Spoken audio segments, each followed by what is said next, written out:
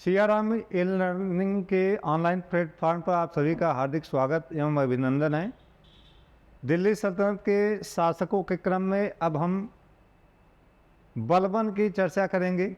पिछले लेक्चर में आपने देखा कि नासिरुद्दीन महमूद के दौर में कैसे बलबन का तेज़ी से उत्कर्ष होता है और वो नायब के पद पर पहुंच गया था और सुल्तान के जो प्रतीक चिन्ह थे उसका इस्तेमाल कर रहा था। अब यहाँ पर बलबन ने 1260 से लेकर 1266 के दौर में उसके वंश के शहजादों की हत्या करके गद्दी पर बैठ जाता है, तो उसकी हम यहाँ पर चर्चा करें। तो 1266 से लेकर 1286 तक का काल बलबन का काल कहलाता है। मृत्यु के बाद ये राजगद्दी पर बैठा था। बलबन एक इलबारी तुर्क था। बलबन का जो मूल नाम था वो बहाउद्दीन था। यहाँ पर इलबारी जाति का एक तुर्क था। इसका जन्म एक संपन्न परिवार में हुआ था, लेकिन दुर्भाग्यवश मंगोलों के द्वारा बंदी बना लिया गया। बसरा में ले जाकर इसको ख्वाजा जमालुद्दीन के हाथों बेच दिया गया था। ख्वाजा जमालुद्दीन ने इसे संपूर्ण शिक्षा दीक्षा देकर 1223 ईस्वी में दिल्ली लाया था और बलबन से प्रभावित होकर इल्तुतमिश ने इसको खरीद लिया और तुर्कान चिहलगानी का सदस्य बनाया। फिर आगे चलकर हम देखते हैं कि इल्तुतमिश ने इसको अपना खासादार निजी सेवक बनाया था। पहले रेवाड़ी की इक्ता और हासी की इक्ता दी गई थी, फिर इसके बाद उलुग खान की उपाधि भी इसको दी गई थी। इसके बाद भी इसको विभिन्न पदों पर नियुक्त किया गया था। बलबन के पद और जो शासक है, अमीर शिकार का पद ये रजिया के दौर में था। अमीर शिकार का मतलब होता है शिकार दल का प्रमुख।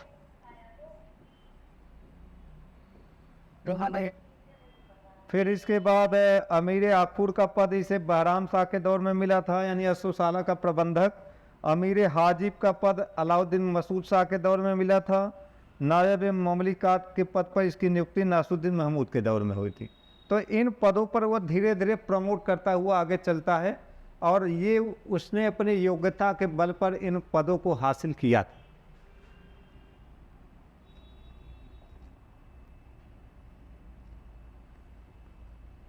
बलबन ने 20 वर्ष तक वजीर की हैसियत से और 20 साल तक सुल्तान की हैसियत से शासन किया था। इसीलिए कहा जाता है कि बलबन मलिक से खान और खान से सुल्तान हो गया था। बलबन के काल में अमीर वर्ग के लिए खान की पदवी प्रारंभ की गई थी। सल्तनत काल में सुल्तान के बाद सबसे बड़ा पद खान का होता है। बलबन दिल्ली सल्तनत का एकमात्र ऐसा व्यक्ति था जो सुल्तान न होते हुए सुल्तान के छत्र का उपयोग करता था। वह पहला शासक था जिसने सुल्तान के पद और अधिकारों के बारे में विस्तृत विचार प्रकट किए थे। ये जो उसके राजत्व सिद्धांत था उसमें इसके विचार स्पष्ट दिखाई देते हैं और दिल्ली सल्तनत का पहला सुल्तान था जिसने राजत्व के संबंध में अपने विचार प्रकट किए थे, जिसकी व्याख्या प्रसिद्ध इतिहासकार जियाउद्दीन बर्नी ने भी किया है। तो ये दिल्ली सल्तनत का पहला शासक था जिसने सुल्तान के पद की गरिमा को बढ़ाने के लिए राजत्व के सिद्धांत का प्रतिपादन किया। बलबन का राजत्व सिद्धांत प्रतिष्ठा, शक्ति और न्याय पर आधारित था। बलबन द्वारा अपना दरबार फारसी सासानी पर्सिया के पद्धति पर गठित किया था। फारसी परंपराओं का इसने अनुकरण किया था। इसका संकलन बर्नी ने इसके वसाया का संकलन, वसाया का अर्थ होता है फारसी में वसीयत। बलबन के राजत्व सिद्धांत के कुछ प्रमुख विशेषताएं थी। बलबन ने राजत्व को नियाबत एक खुदाई घोषित किया था कि यह ईश्वर के द्वारा प्रदत्त किया गया और राजा को जिल्ले अल्लाह कहा था, ईश्वर की छाया। बलबन के अनुसार सुल्तान का पद ईश्वर का सजीव प्रतीक है और उसका स्थान पैगंबर के पश्चात होता है।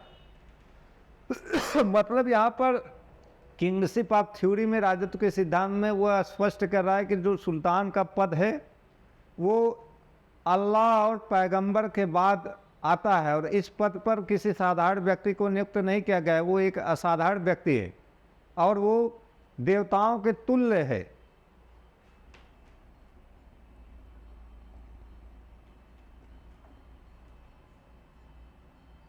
बलबन ने स्वयं को फिरदौसी के शाहनामा में वर्णित अफरासियाब का वंशज घोषित किया था। ध्यान रखिएगा, ये फिरदौसी ने जो शाहनामा लिखा था ये बहुत महत्वपूर्ण पुस्तक है।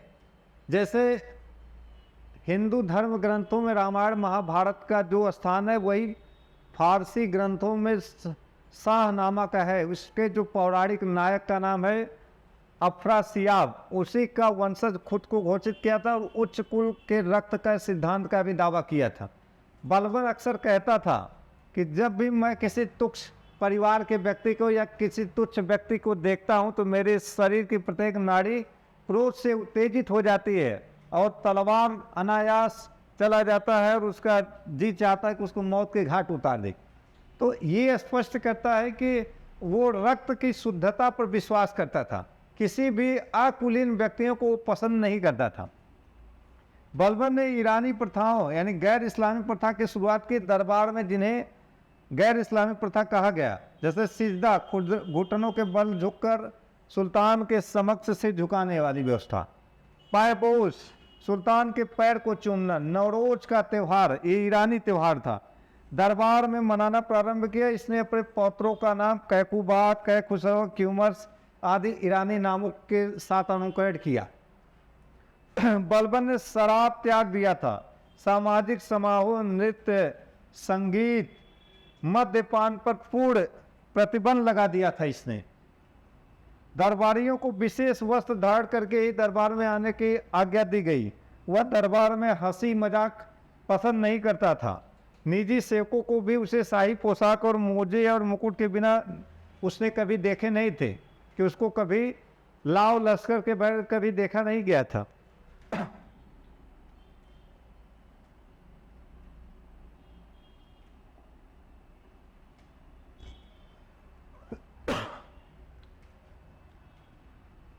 राज्यारोहण के पश्चात उसने अपने पुत्र और पोतों का नाम ईरानी परंपरा के अनुसार रखा। जैसा कैकुबाद, इसकी चर्चा हो चुकी है। राज्यारोहण के पुत्र के बाद इसके दो पुत्र थे, महमूद और मोहम्मद नाम रखा था।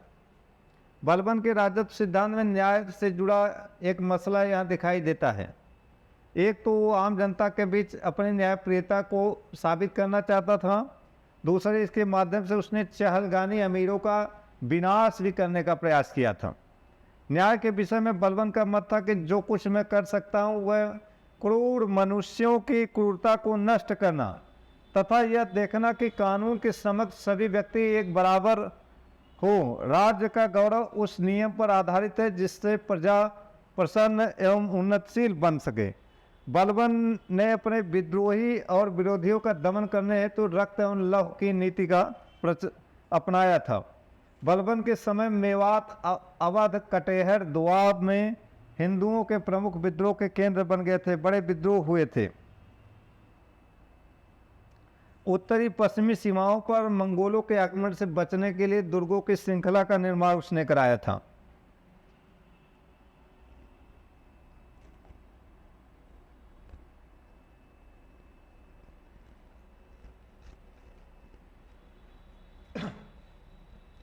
अपने ज्येष्ठ पुत्र शहजादा मोहम्मद को वहां का शासन सौंपा था, किंतु मंगोल तैमूर खां के आक्रमण के समय शहजादा मोहम्मद की मृत्यु हो गई। शहजादा मोहम्मद की मृत्यु को बलबन ने शहीद-ए-आजम की उपाधि दी थी। इसकी मरने के बाद इसको वह मंगोल आक्रमण के भय के कारण अधिकांश समय अपने राज्य की सुरक्षा में लगा रहा। लगातार हमले मंगोलों के हो रहे थे उसके दौर में। विख्यात कवि अमीर खुसरो, जिसका उपनाम तूतीय हिंद, और अमीर हसन देहलवी को उसने अपना साहित्यिक संरक्षण दिया था, जिनका साहित्यिक जीवन शहजादा मोहम्मद के समय में शुरू हुआ था। अमीर हसन देहलवी उच्च कोटि का गजल लेखक था, इसी कारण उसे भारत का शेख सादी कहा गया। बलबन ने शासक बनने के साथ ही चालीसा का दमन किया और चालीसा के लोगों की हत्या कर दी। इसी कारण बर्नी ने उसको खुफिया कातिल कहा है।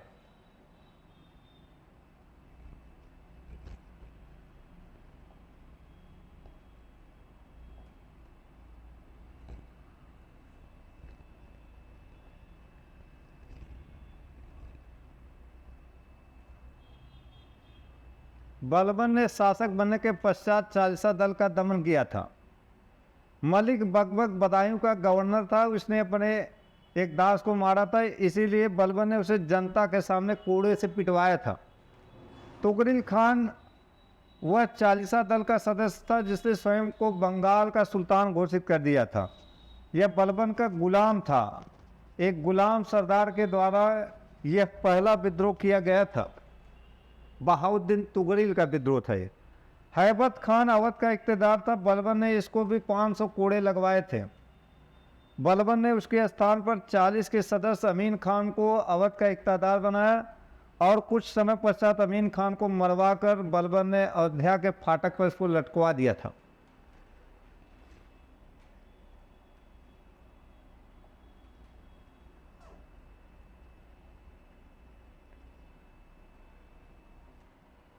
बंगाल में 1275 ईस्वी में तुगरिल खान ने सुल्तान मुगिसुद्दीन की उपाधि ग्रहण कर विद्रोह कर दिया था और ये बलबन के दौर का पहला विद्रोह था जिसने इतना बड़े स्तर का विद्रोह किया था। तुगरिल बलबन का दास था, उसका विद्रोह किसी सुल्तान के दास का पहला विद्रोह था। बलबन ने अवध के इक़्तिदार अमीन खान को इसको दबाने के लिए भेजा, लेकिन वो असफल रहा था। फिर इसके बाद बलबन ने अमीर खान को मरवाकर अयोध्या के फाटक पर लटकवा दिया था। अंत में 80 साल की उम्र में अपने पुत्र बुगरा खान को साथ लेकर बलबन स्वयं बंगाल अभियान पर गया। इस अभियान में बलबन को कुल 3 वर्ष लगे थे। उसने बुगरा खान को बंगाल का गवर्नर नियुक्त किया। इसी समय बलबन ने बुगरा खान से कहा था कि सुल्तान का जो उसने बुगरा खान को सलाह दी कि दिल्ली के शासक के प्रति ईमानदार रहे, चाहे दिल्ली के सिंहासन का अधिकारी किसी अन्य वंश का हो, क्योंकि दिल्ली का कोई शासक केवल अपनी लगाम लगाकर ही लखनऊती पर विजय हासिल कर सकता है। ठीक है, तो ये राय थी उसकी। उसने सैन्य विभाग दीवान अर्ज का गठन किया था। बहुत ही महत्वपूर्ण पॉइंट है यहाँ पर, दीवान अर्ज ये सैन्य विभाग था और इसका जो प्रमुख होता है उसको RJ मोमाली कहते हैं। इससे पहले इल्तुतमिश के दौर में उसको रावत अर्ज के नाम से जाना जाता था। तो दिल्ली सल्तनत काल में इल्तुतमिश के समय में केंद्रीय और प्रांतीय सेना का गठन हो गया था, लेकिन विभाग नहीं बना था। बलबन पहला ऐसा शासक था जिसने एक विभाग का गठन किया था और इमाद उल मुल्क को इस पद पर पहली बार नियुक्त किया था। बलबन ने दीवान अर्ज को वजीर के नियंत्रण से मुक्त कर दिया ताकि धन की कमी न हो, मतलब वजारत के अधीन नहीं किया था, उससे अलग कर दिया था।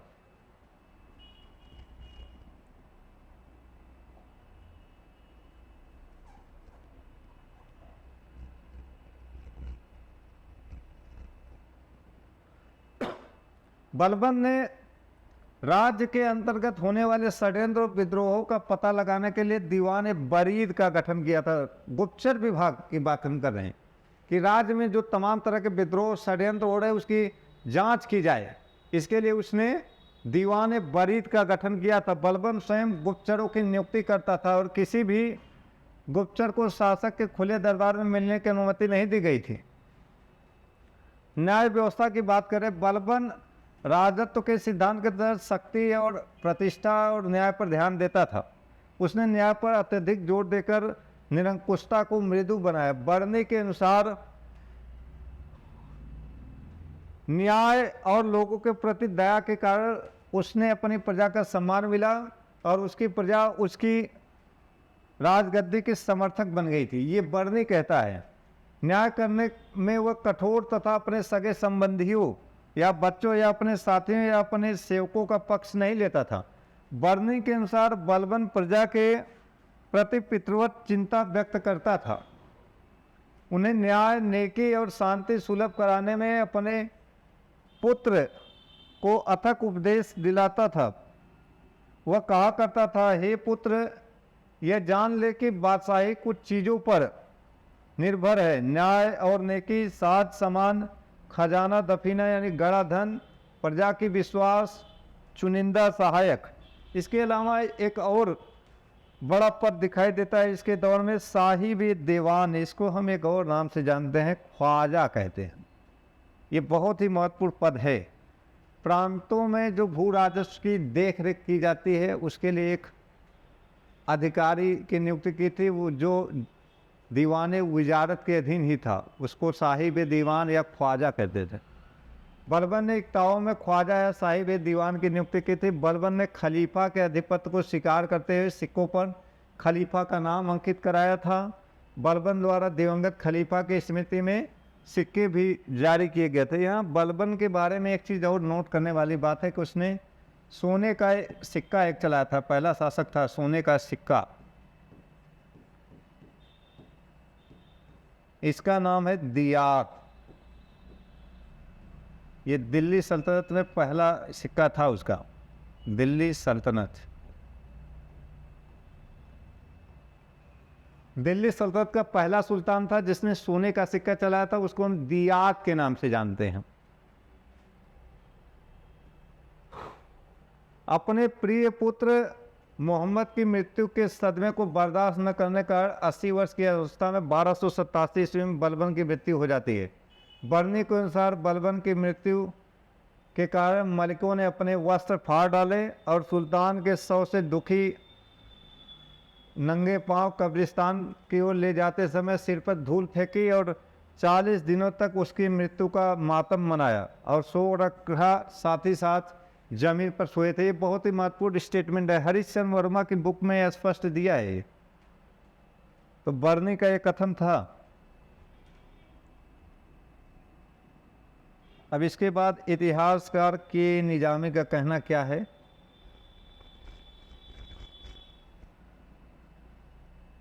इतिहासकार के निजामी का कहना है कि बलबन एक उत्तम अभिनेता की भांति दर्शकों को मंत्रमुग्ध कर देता था। जैसे आज के अभिनेता हैं, एक्टर हैं, अपने उत्तम अभिनय के द्वारा मंत्रमुग्ध कर देते, उसी तरीके से बलबन भी करता था।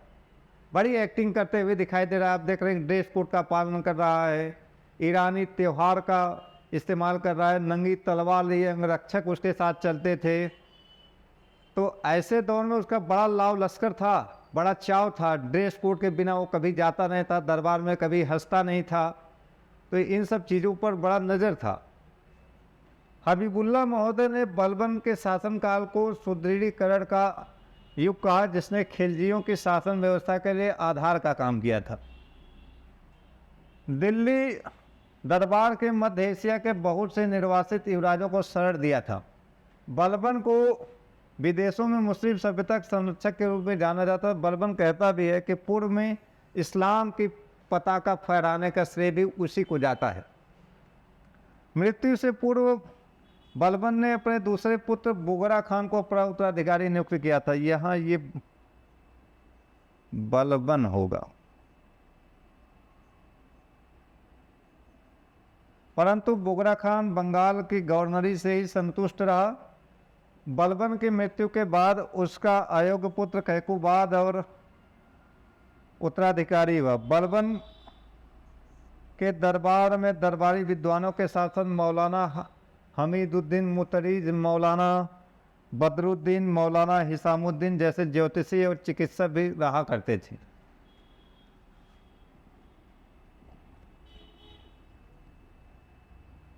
अब नेक्स्ट लेक्चर में हम कैकुबाद की चर्चा करेंगे, जो उसका उत्तराधिकारी था, और यहीं से दिल्ली सल्तनत का अंत भी हो जाता है। लास्ट शासक है कैकुबाद और क्यूमर्स। अब नेक्स्ट लेक्चर में हम उसकी बात करते हैं। तो आज के इस लेक्चर में बलबन पर हमने दृष्टिकोण डाला कि उसके क्या क्या उपलब्धियां थी, उसके राजस्व सिद्धांत में क्या खूबी थी, और उसने कौन कौन से कुछ अलग काम किए।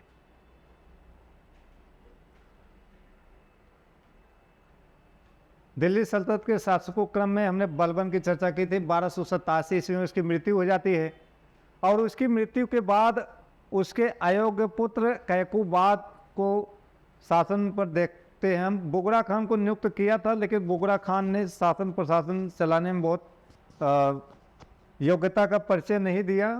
ऐसे दौर में कैकुबाद दिखाई देता है जो शासन सत्ता पर बैठता है।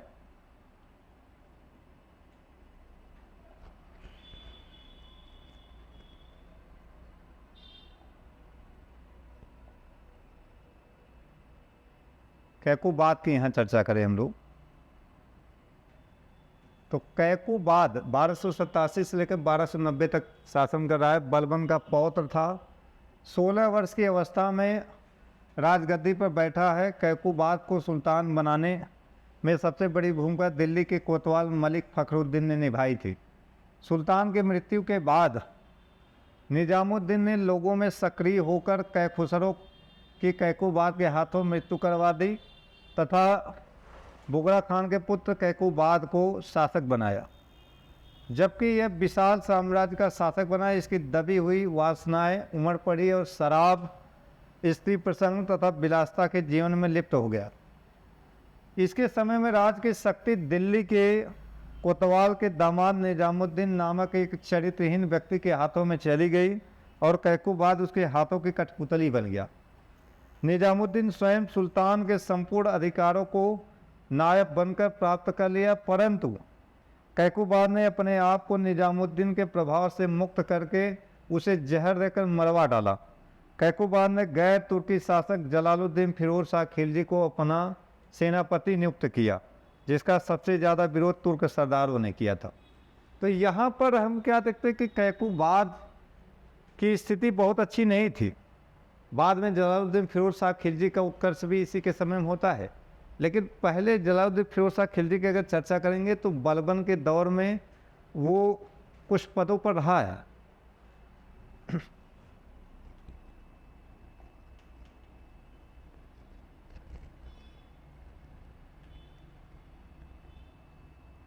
कैकुबाद के समय मंगोलों ने अपने नेता तैमूर खान के नेतृत्व में पंजाब पर आक्रमण किया और समाना की तरफ बढ़ा, किंतु इसकी सेना ने उसको वापस खदेड़ दिया। कैकुबाद के जीवन में अंतिम समय में लकवा होने की वजह से उसकी मृत्यु हो गई। तुर्की अमीरों ने उसके 3 वर्षीय पुत्र क्यूमर्स को गद्दी पर बैठाया।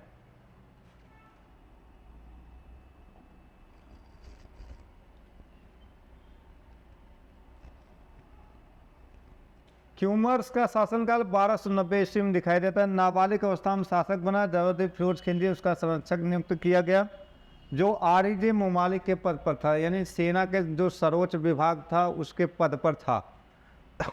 3 माह के पश्चात जलालुद्दीन ने क्यूमर्स को बंदी बनाकर उसकी हत्या कर दी और दिल्ली का शासक बनाया। इसकी हत्या के बाद इलबारी तुर्कों का शासन समाप्त हो गया और खिलजी वंश का उदय हो गया। तो नेक्स्ट लेक्चर में हम खिलजी क्रांति और खिलजी वंश पर चर्चा करेंगे और बताएंगे खिलजी क्रांति का क्या महत्व था। धन्यवाद हमारे इस लेक्चर को ज्वाइन करने के लिए।